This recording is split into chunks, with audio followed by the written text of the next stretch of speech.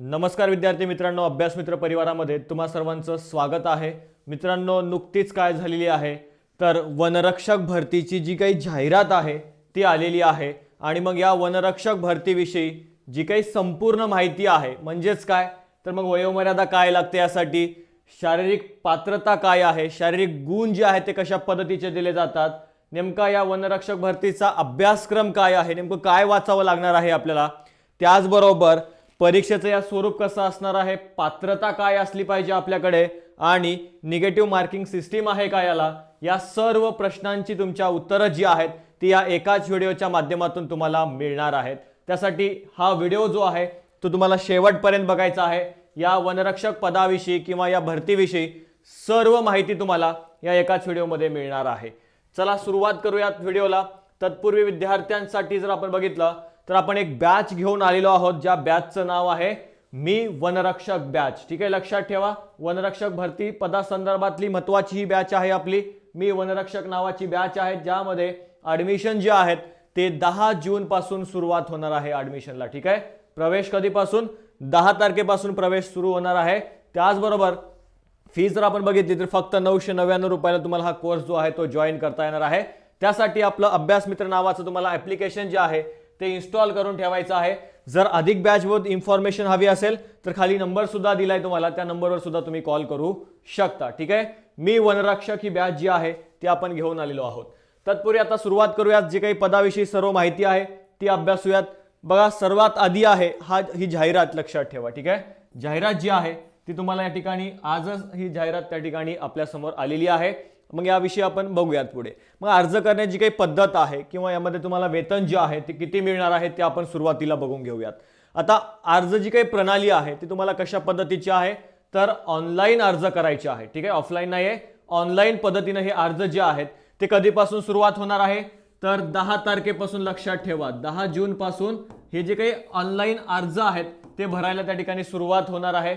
मग कधीपर्यंत तुम्ही अर्ज भरू शकता, शेवटची तारीख काय आहे तर 30 जून. ठीक आहे, 30 जून ही काय आहे तर अर्ज करण्याची शेवटची तारीख आहे. म्हणजे 10 जूनला जर आपण बघितलं तर अर्ज करायला त्या ठिकाणी सुरुवात होणार आहे आणि शेवट जर आपण बघितलं तर शेवटची तारीख काय आहे 30 जून आहे. मग आता या जी काही पदभरती आहे, या एकूण पदं किती आहेत आणि त्याचे वेतन किती आहे ते सुद्धा आपण लगेच बघून घेऊया. ठीक आहे, आता 7व्या वेतन आयोगानुसार जर आपण बघितलं, वनरक्षक या पदासाठी 21,700 ते 69,100 इतकं जे काही पगार आहे किंवा वेतन आहे ते या वनरक्षकसाठी आहे. कितव्या आयोगानुसार? 7व्या वेतन आयोगानुसार.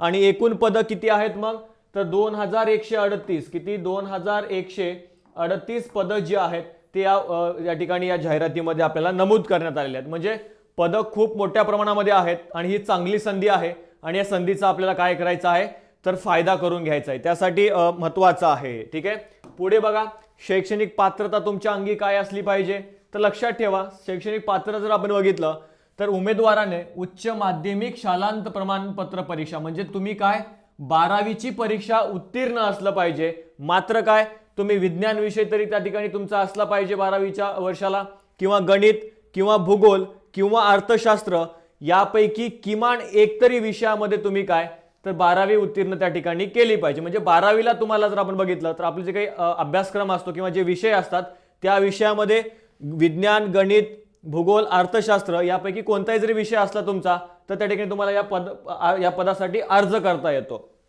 त्यानंतर अनुसूचित जमाती प्रवर्गातील जे काही उमेदवार आहेत त्यांच्यासाठी 10वी उत्तीर्ण केली असल्यास त्या ठिकाणी त्याला काय करता येऊ शकतं, अर्ज करता येऊ शकतो. जो काही अनुसूचित जमातीतले विद्यार्थी आहेत किंवा उमेदवार आहेत त्यांना मात्र काय आहे तर लक्षात ठेवा, शैक्षणिक पात्रता ते 10वी जरी त्यांची झाली असेल तरी सुद्धा त्यांना काय करता येतं, परीक्षेसाठी फॉर्म भरता येतो. माजी सैनिकांना सुद्धा 10वी नंतर त्या ठिकाणी फॉर्म जो आहे तो भरता येतो. म्हणजे त्यांनी 10वी जर त्यांची झालेली असेल तर अशा माजी सैनिकांना सुद्धा काय तर फॉर्म भरता येतो. ठीक आहे, नक्षलवाद्यांच्या हल्ल्यात मरण पावलेले किंवा गंभीर झालेले जे काही वन खबरी आहेत किंवा वन कर्मचाऱ्यांची जे काही अपत्य आहेत, म्हणजे त्यांची जी काही मुलं आहेत, अशा उमेदवारांना 10वीची परीक्षा जी आहे ती त्यांनी उत्तीर्ण केली पाहिजे. मग अशांना 10वी जरी उत्तीर्ण असेल तरी काय करता येतं, परीक्षेचा हा फॉर्म भरता येतो. लक्षात घ्या.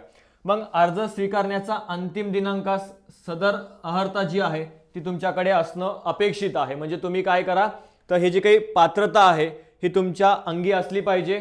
हे कधीपर्यंत, तर ज्या दिवशी अंतिम दिनांक आहे, म्हणजे या दिनांकाच्या आधी जर आपण बघितलं तर तुमच्याकडे ही पात्रता असणं आवश्यक आहे. ठीक आहे. मराठी भाषेचं तुम्हाला ज्ञान असणं एक महत्त्वाचं आहे.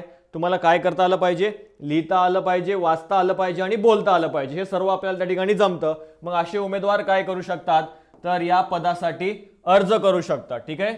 12वी उत्तीर्ण त्या ठिकाणी तुम्हाला आवश्यक आहे. आणि जे काही अनुसूचित जमातीतले आहेत त्यांच्यासाठी 10वी, माजी सैनिकांसाठी सुद्धा 10वी या ठिकाणी क्रायटेरिया आपल्याला सांगता येतो. आता वयोमर्यादा एक महत्त्वाचा विषय असतो, सर्वांना त्या ठिकाणी पडलेला प्रश्न असतो की या पदासाठी नेमकी वयोमर्यादा काय आहे. ठीक आहे. आता लक्षात ठेवा, वयोमर्यादा जर आपण बघितलं तर जे काही अर्ज तुम्ही करता त्या अर्ज स्वीकारण्याच्या अंतिम दिनांकापर्यंत त्या ठिकाणी तुमची वयोमर्यादा गणली जाते. लक्षात ठेवा. ठीक आहे. मग आता अमागास घटकातले जे काही व्यक्ती आहेत किंवा उमेदवार आहेत त्यांच्यासाठी किमान काय, तर 18 आणि कमाल किती आहे, 27 वर्ष वय आहे. ठीक आहे. लक्षात ठेवा, जो काही खुला प्रवर्ग आहे, ओपनचे जे काही उमेदवार आहेत त्यांच्यासाठी कमीत कमी तुमचं वय 18 असलं पाहिजे आणि कमाल किती, 27. जर 27 वर्ष तुमचं वय असेल तर तुम्हाला फॉर्म भरता येतो, मात्र 28चा असेल तर फॉर्म भरता येणार नाही. मागासवर्गीयासाठी जर आपण बघितलं तर किमान 18 आणि कमाल 32 आहे. जर आपण बघितलं जे काही खेळाडू आहेत त्या खेळाडूंसाठी 18 आणि 32 त्या ठिकाणी आपल्याला हे वयोमर्यादा सांगितली जाते. माजी सैनिक सुद्धा लक्षात घ्या, किमान 18 आहे, प्लस जर आपण बघितलं 27 वर्ष या ठिकाणी त्यांच्यासाठी सुद्धा आहे, मात्र सैनिकी सेवेचा कालावधी +3, म्हणजे असे एकूण जर आपण बघितलं 30 वर्षापर्यंत तुम्ही काय करू शकता, फॉर्म भरू शकता. प्रकल्पग्रस्त असाल तर किमान 8 आहे आणि कमाल 45 वर्षापर्यंत जर असाल तुम्ही तर तुम्हाला फॉर्म भरता येतं. भूकंपग्रस्तांना सुद्धा 45 वर्षापर्यंत त्या ठिकाणी वयोमर्यादा दिलेली आहे. पदवीधर अंशकालीन कर्मचारी जे आहेत त्यांना 55 वर्ष आहे आणि रोजंदारी मजूर जर असेल तर त्याला सुद्धा काय, तर वयाच्या 55व्या वर्षापर्यंत फॉर्म जो आहे किंवा ही वयोमर्यादा जी आहे ती या ठिकाणी देण्यात आलेली आहे. पुढे जाऊयात.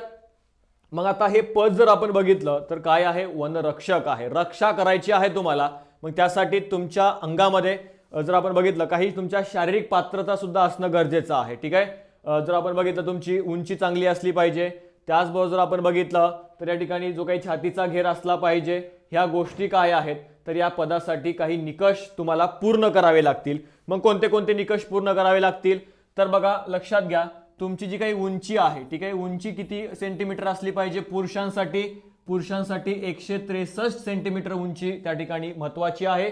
आणि स्त्रियांसाठी काय आहे, तर 150 सेंटीमीटर जर उंची असेल तर तुम्ही त्या ठिकाणी पात्र असाल. ठीक आहे. हे निकष तुम्ही पूर्ण करू शकतात. कशाचे, शारीरिक पात्रतेचे.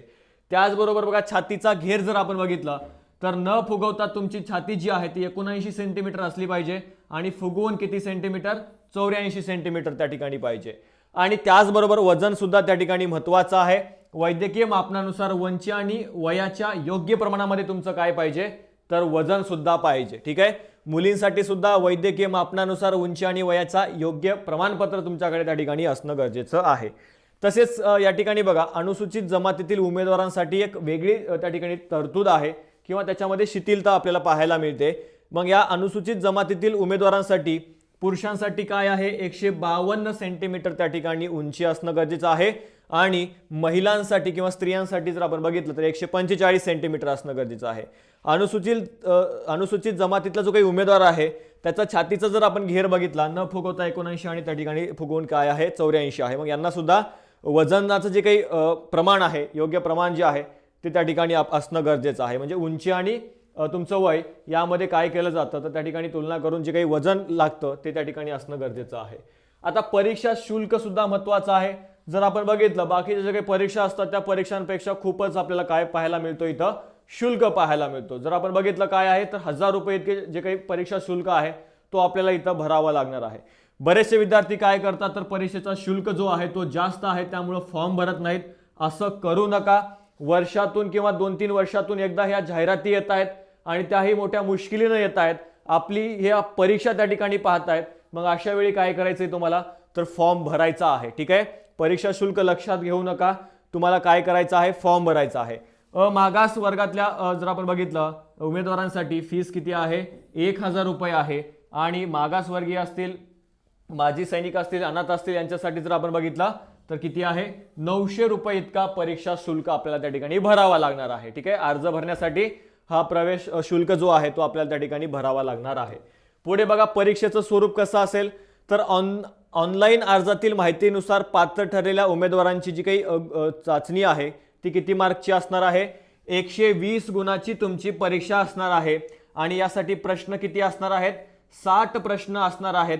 आणि या 60 प्रश्नासाठी प्रत्येक प्रश्नासाठी 2 गुण असणार आहेत. मग असे एकूण किती गुणांची परीक्षा आहे तुमची 120 गुणांची परीक्षा त्या ठिकाणी असणार आहे. 60 प्रश्न असतील, प्रत्येक प्रश्नाला 2 गुण असतील, हे लक्षात घ्या. ठीक आहे, मग आता अजून काय महत्वाचं आहे, आता ही जी काही परीक्षा आहे ती तुमची कशी होणार आहे ऑनलाईन होणार आहे. मग ऑनलाईन कोण घेणार आहे TCS आपली परीक्षा घेणार आहे. ठीक आहे, कोण घेणार आहे TCS आपली परीक्षा घेणार आहे. TCS काय आहे तर लक्षात ठेवा टाटा कन्सल्टन्सी सर्व्हिसेस लिमिटेड नावाची जी काही कंपनी आहे त्या कंपनी मार्फत पारदर्शक स्वरूपामध्ये काय होणार आहेत तर आपल्या या परीक्षा होणार आहेत. मग आता या विषयातल्या जे काही गुण आहेत त्या गुणांची विभागणी कशा पद्धतीने करण्यात आलेली आहे ते सुद्धा बघूयात. आता बघा यासाठी कोणते कोणते आहेत महत्वाचे, मराठी महत्वाची आहे, इंग्रजी विषय महत्वाचा आहे आणि बौद्धिक चाचणी महत्वाची आहे. मग यासाठी जर आपण बघितलं सगळ्यात मोठे हे घटक आहेत मराठी, इंग्रजी आणि अंकगणित आणि बुद्धिमत्ता असेल.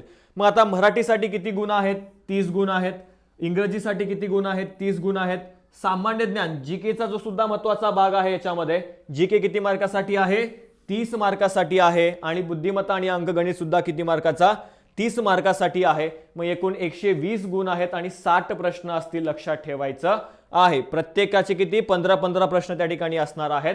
त्यासाठी महत्वाचं आहे या सर्व विषयांची जी काही तयारी आहे तर अभ्यास मित्र तुमच्याकडून व्यवस्थितरित्या त्या ठिकाणी करून घेणार आहे. त्यासाठी तुम्ही त्या जी आपली मी वनरक्षक नावाची बॅच आहे ती जॉईन करू शकता. 120 गुणाची जी काही खात्री आहे ती आम्ही त्या ठिकाणी तुम्हाला देऊ. म्हणजे जास्तीत जास्त जे काही गुण आहेत ते तुम्ही या परीक्षेमध्ये त्या ठिकाणी मिळून तुम्ही वनरक्षक बनण्याचं तुमचं स्वप्न जे आहे ते अभ्यास मित्र तुमचं पूर्ण करणार आहे. त्यासाठी आपलं ॲप्लिकेशन इन्स्टॉल करा आणि जर अडचण आली तर खाली मोबाईल नंबर सुद्धा दिलाय, त्या मोबाईल नंबरवर तुम्ही कॉन्टॅक्ट करू शकता. पुढे बघूयात आपण शारीरिक चाचणी असते तुम्हाला. इथं बघा जर आपण बघितलं शारीरिक पात्रता त्याचबरोबर तुमची काही शारीरिक चाचणी सुद्धा इथं होणार आहे. कारण की जंगलामध्ये जर आपण बघितलं तर आपल्याला जर धावावं लागतं त्या ठिकाणी वेगवेगळे जर आपण बघितलं ॲक्टिव्हिटी त्या ठिकाणी असतात. मग अशा वेळी काय तर पुरुष उमेदवार जो आहे त्या पुरुष उमेदवाराला 5 किलोमीटर त्या ठिकाणी पळावं लागणार आहे. ठीक आहे, 30 मिनिटांमध्ये 5 किलोमीटरचं अंतर त्याला पार करावं लागणार आहे. आणि यासाठी किती गुण आहेत मग तर 80 गुण असतील तुम्हाला. ठीक आहे, तुम्ही जर आपण बघितलं ऑनलाईन पेपर दिलात, पेपर दिल्यानंतर तुम्ही जर त्याच्यामध्ये चांगले मार्क मिळवलात, जवळपास जर आपण बघितलं एकूण गुणाच्या 40% जर तुम्ही मार्क मिळवलात तर तुम्ही काय असता तर या शारीरिक चाचणीसाठी पात्र असता, लक्षात घ्या.